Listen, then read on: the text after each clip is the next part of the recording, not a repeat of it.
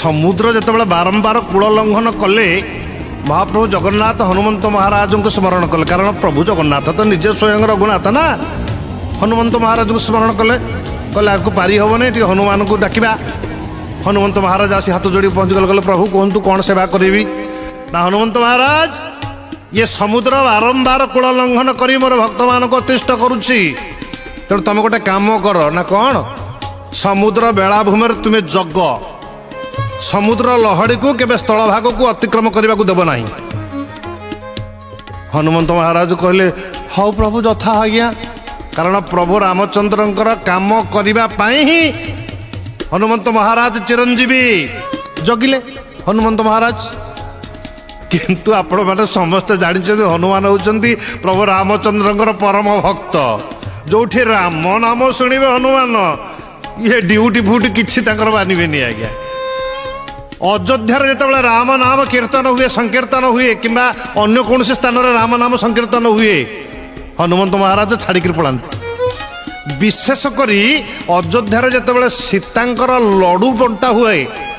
से हनुमंत महाराज सीता लडू खावाई भारी प्रिय अयोध्या को पड़ाती वरुण महाराज से सुजोग माड़ी आसते स्थल भाग को जगन्नाथ देखला एमती पारी हेनी ये हनुमान तो ये राम नाम शुणिक पलि जाऊँगी बावला होकर सीता हाथ लडू खावाई कौन करवा गोटे उपाय चिंता कले कहले हनुमान को समुद्र कूल बांधि पका आज्ञा हनुमान को बांधि हम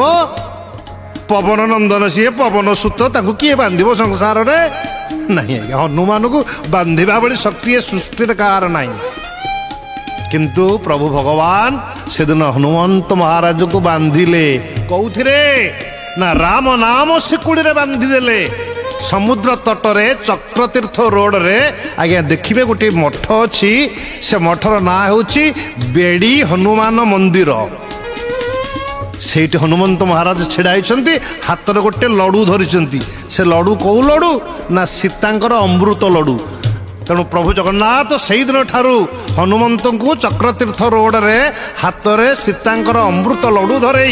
पादरे राम नामर शिकुड़ी बांधिदेले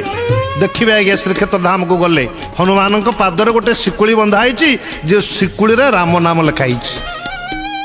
से दिन ठारू